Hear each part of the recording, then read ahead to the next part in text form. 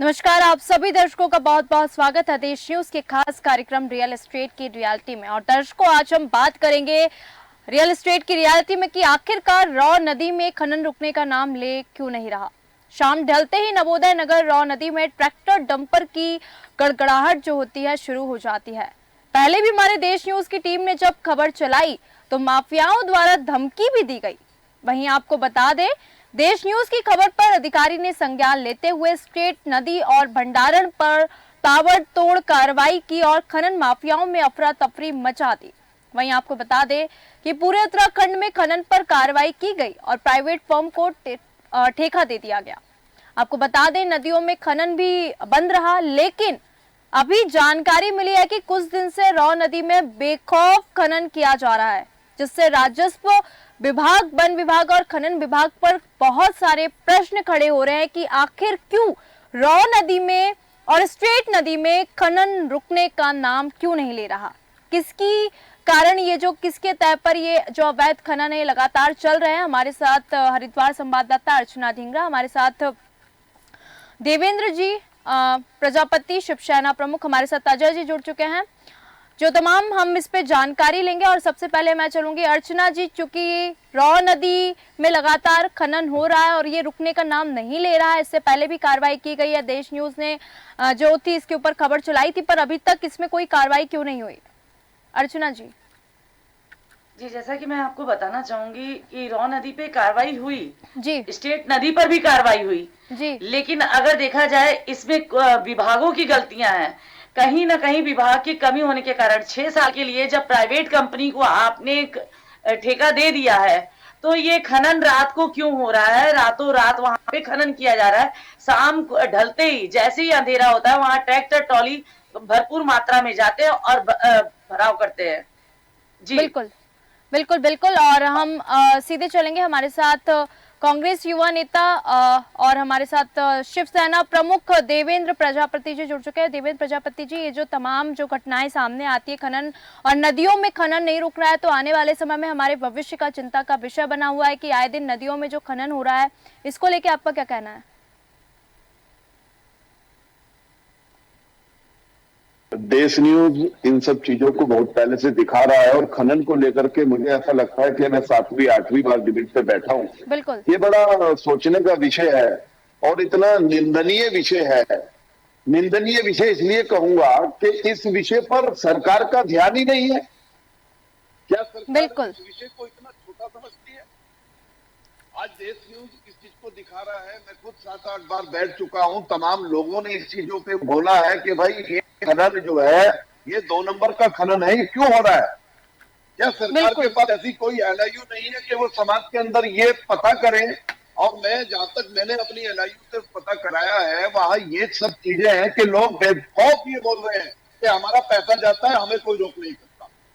इस तरीके की परिभाषा इस तरीके की खनन माफियाओं के अंदर दब गई और इस तरीके का उनका हौसला बुलंद है, तो ये कैसी धाकड़ सरकार है। बिल्कुल। और विशेष बात पे इसलिए कहूंगा, ये हमारी माँ गंगा और हमारी नदियों के का जो एक तरीके से जो खनन हो रहा है, गलत तरीके से खनन हो रहा है। सबसे पहले तो जैसे हमारी बहन ने बताया कि आपको ये ठेका किसी को दे दिया गया है, क्या वो ठेका मानक अनुसार दिया गया है या सेटिंग अनुसार दिया गया है? क्योंकि खनन के अंदर, गंगा के अंदर जो खनन होता है वो ठेका दिया गया हो या ना दिया गया हो, मानक अनुसार दिया जाता है। बिल्कुल बिल्कुल। तो सबसे पहले देखने का विषय यह है कि वो सेटिंग द्वारा दिया गया है या मानक अनुसार द्वारा दिया गया है। बिल्कुल, और दूसरी चीज, महत्वपूर्ण बात यह है कि ये जो खनन हो रहे हैं, ठेका जो दिया गया है, क्या वो रात का दिया गया है? और अगर रात का ठेका नहीं है तो ये रात को खनन करने वाले लोग कौन है? जब ये 2 नंबर का चोरी का सामान खनन लेकर के निकलते हैं और हमारे जो साइकिल पे और मोटरसाइकिल पे जो बेचारे सीधे साधारण लोग जो चलते हैं उनके साथ उनके एक्सीडेंट होते हैं, क्योंकि वो तो चोर है, उसे तो भागना है अपना डंपर लेकर। उससे तो वो तो गलत तरीके से मोड़ काटेगा, सही तरीके से मोड़ काटेगा और अपना रास्ता निकालना है उसको। तो ये सब चीजें निंदनीय है, बड़े शब्दों में निंदा करती है। उत्तराखंड के अंदर चुनाव याचिका के चुनाव के बाद जो हमारी आचार संहिता लगी हुई है, इसके बाद हमारी एक बहुत बढ़िया भूमिका इसमें तैयार है और माँ गंगा के के ऊपर खनन को होने नहीं दिया जाएगा। बिल्कुल। उसके लिए चाहे कोई भी उग्र आंदोलन करना पड़े तो वो सिरदर्द करने के लिए तैयार है।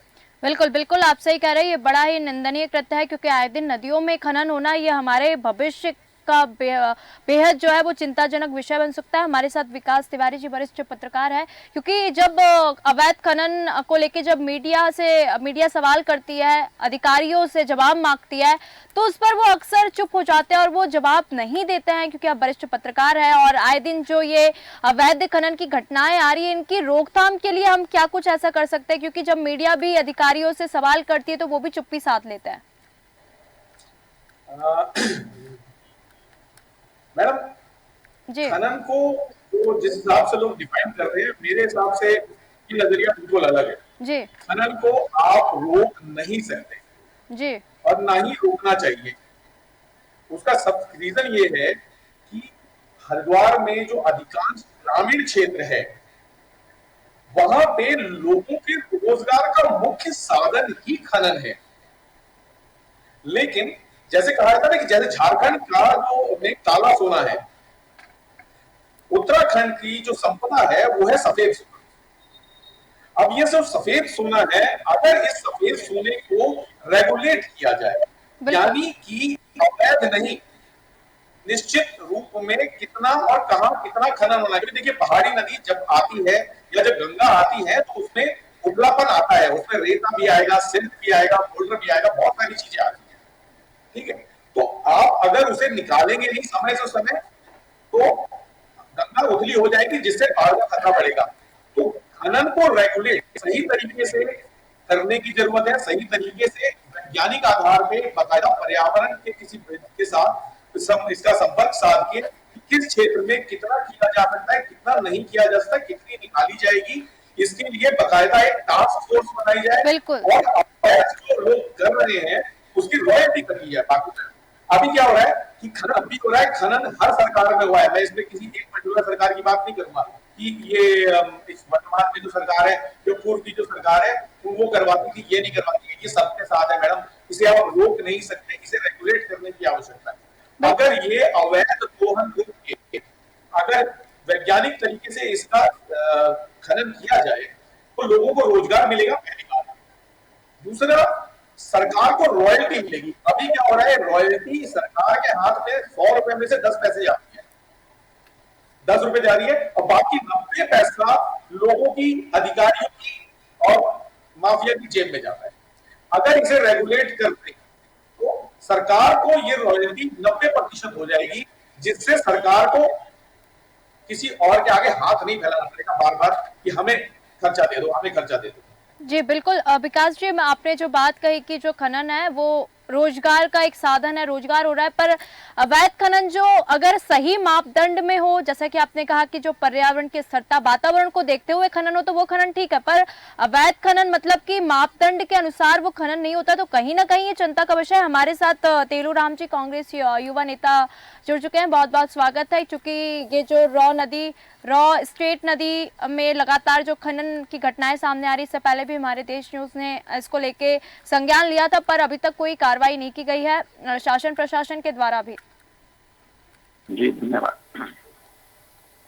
जी तेलू। हेलो जी जी।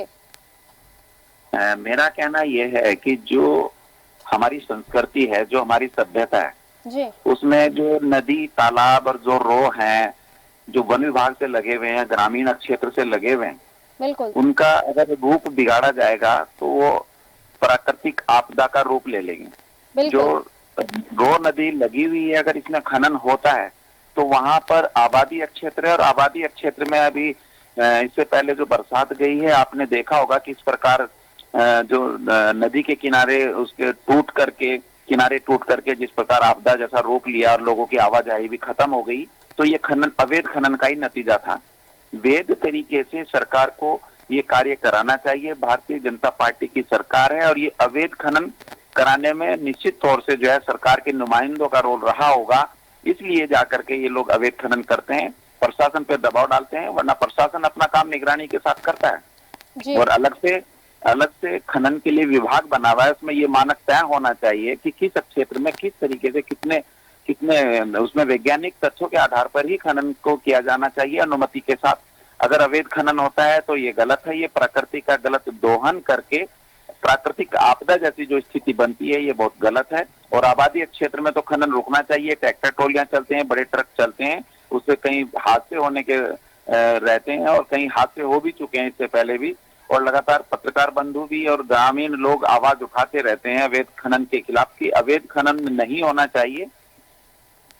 बिल्कुल, जैसे कि आपने कहा कि ग्रामीणों के द्वारा लगातार आवाज भी उठाई जाती है और ऐसी दुर्घटनाएं खनन के कारण भी सामने आती है, फिर भी अभी अवैध खनन क्यों हो रहा है? मैं सीधे अर्चना जी के पास आऊंगी, क्योंकि जब रॉ नदी में ट्रैक्टर डंपर जब ये अवैध खनन शुरू हुआ तो पहले भी देश न्यूज की टीम ने जब खबर चलाई तो माफियाओं द्वारा धमकी दी गई थी कि ऐसा नहीं है, वैसा नहीं है, और अधिकारी ने जब संज्ञान लिया और स्ट्रेट नदी और भंडारण पर ताबड़तोड़ कार्रवाई भी की गई और खनन माफियाओं में जो थी वो अफरा तफरी का माहौल मच चुका था। फिर भी अभी ये नदी का खनन जो है वो पूरे तरीके से नहीं रुका है। अब इसको लेके और आगे क्या हो सकता है या आगे और क्या कार्रवाई होगी?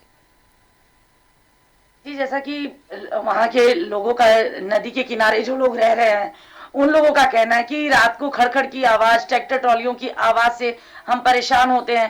रात भर यहाँ पे खनन होता रहता है और जब जाके देखा गया तो वाकई वहां पे रात को ही, और जो कि रात को मानक के हिसाब से भी देखा जाए और पर्यावरण के हिसाब से भी देखा जाए तो रात को खनन नहीं होता, ना ही रात को खनन होता है। और नदियों पे वन विभाग इस तरफ ध्यान नहीं दे रहा है। वन विभाग क्षेत्र में आता है, वन विभाग इस तरफ ध्यान नहीं दे रहा है। राजस्व विभाग की हनन हो रही है, राजस्व विभाग में 1 रुपए या करोड़ों का हनन हुआ जा रहा है।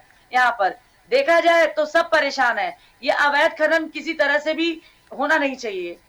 बिल्कुल, तो यहाँ पे मैं सीधे अजय जी के पास जाऊंगी। अजय जी, तो यहाँ पे अब जो प्रश्न है वो ये उठता है कि राजस्व विभाग और वन विभाग और खनन विभाग पर अब बहुत सारे प्रश्न खड़े हो रहे हैं कि जो अवैध खनन करते हैं ये रात को ही क्यों करते हैं, क्योंकि वहाँ पे जो आसपास जो ग्रामीण है उनको काफी परेशानियों का सामना करना पड़ रहा है। उनको अपनी जो दैनिक जीवन है उसको भी जीने में उनको दिक्कत हो रही है, काफी सारी परेशानियों का सामना करना पड़ता है। हमारे साथ तेलू राम जी हैं, कांग्रेस युवा नेता, मैं उनसे जानना चाहूंगी। अवैध खनन है, जब रात में कोई काम होगा तो वो चोरी ही होगी। और ये जो चोरी की जा रही है ये भाजपा के सरकार में बैठे नुमाइंदों की निगरानी में हो रही होगी, तभी ऐसा हो रहा होगा। प्रशासन को दबाव में लिया जा रहा होगा तभी ऐसा हो रहा होगा। नहीं तो मैं नहीं मानता है कि एक क्षेत्र में चोरी हो जाए।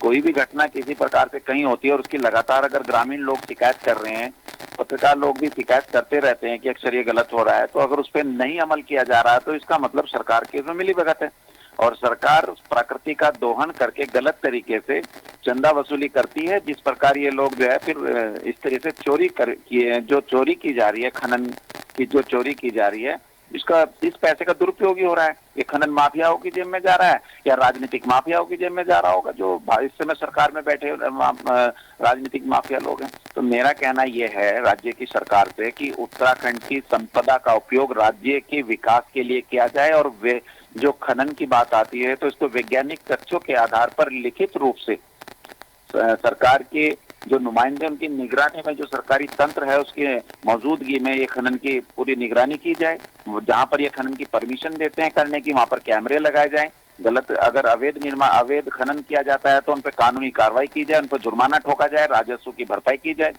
जी जी, हमारे साथ देवेंद्र जी हैं शिवसेना प्रमुख से। देवेंद्र जी, आपका ये जो मामला ये जो पूरा सामने आया, इस पे आपका क्या विचार है, आपका क्या मत है कि इस खनन को, क्योंकि कार्रवाई तो कर रहे हैं पर फिर भी अभी तक कोई कार्रवाई हुई नहीं है, जो खनन है नदियों का वो रुका नहीं, जो वहाँ के आसपास के इलाके के जो लोग हैं वो काफी परेशान हो रहे हैं, तो अब आपका इस पे क्या कहना है?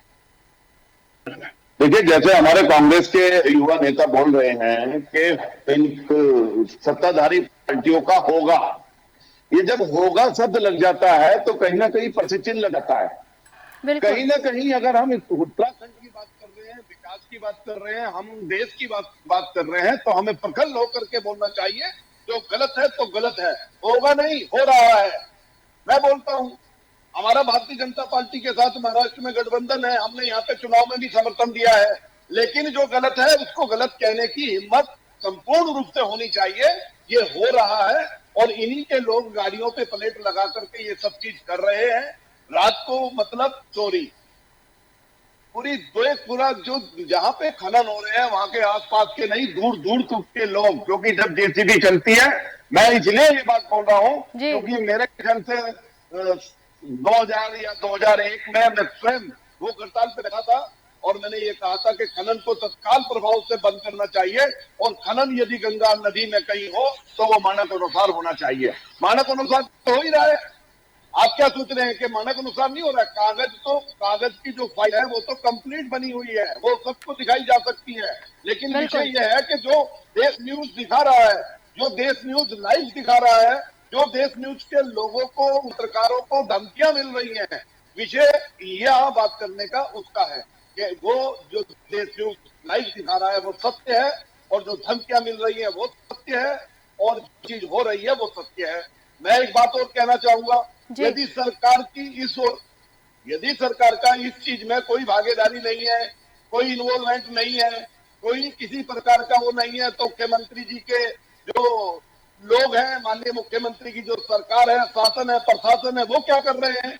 यदि खनन जैसी बिल्कुल, तो यहाँ पे बहुत सारे जो प्रश्न है वो उठ खड़े होते हैं कि आखिरकार रॉ नदी में बेखौफ खनन अभी तक भी क्यों किया जा रहा है, तो इसमें किसकी सबसे बड़ी जो जिम्मेदारी है, किसके तहत पे ये सारी चीजें हो रही है, ये सबसे बड़ा मुद्दा और सबसे बड़ा प्रश्न उठा हुआ है। हमारे साथ अर्चना जी थी, हरिद्वार संवाददाता, जिन्होंने तमाम जानकारी साझा की। हमारे साथ विकास तिवारी जी, वरिष्ठ पत्रकार, हमारे साथ देवेंद्र जी और हमारे साथ तेलू राम जी थे, जिन्होंने तमाम जानकारी इस खबर में साझा की। आप सभी का बहुत बहुत धन्यवाद। तो चूंकि रॉ नदी में बेखौफ खनन किया जा रहा है और आखिरकार क्यों खनन रुकने का नाम नहीं ले रहा और खनन विभाग पर बहुत सारे प्रश्न जो हैं वो खड़े हो रहे हैं, क्योंकि शाम ढलते ही जो खनन होता है ये रात को होता है, शाम ढलते ही रॉ नदी में ट्रैक्टर और डंपर की जो आवाजें हैं वो सुनाई देने लगती हैं। और इससे पहले भी देश न्यूज की जो टीम है वो उन्होंने लगातार इस पे खबर भी चलाई और माफियाओं द्वारा लगातार धमकी भी मिली। आपको बता दें कि देश न्यूज की खबर पर अधिकारियों ने संज्ञान भी लिया और स्टेट नदी और भंडारण पर ताबड़तोड़ कार्रवाई भी की। और उस वक्त जो था वो जो खनन माफिया थे उनमें अफरा तफरी मच गई थी। उत्तराखंड में खनन पर कार्रवाई की गई और प्राइवेट पंप को ठेका दे दिया गया, लेकिन अभी भी जो रॉ नदी है उस पे खनन रुकने का नाम नहीं ले रहा। ये प्रश्न बार बार उठ रहा है। हमारे साथ हमारे मेहमान जुड़े थे जिन्होंने अपना अपना मत रखा। अभी भी प्रश्न जो है वो खनन विभाग पे उठते हैं कि आखिरकार अगर मापदंड सेट है तो भी अवैध खनन क्यों हो रहा है। रियल एस्टेट की रियलिटी में हम फिर मिलेंगे, ऐसी किसी खबर के साथ आप तक पहुंचाएंगे। देखते रहिए देश न्यूज। नमस्कार।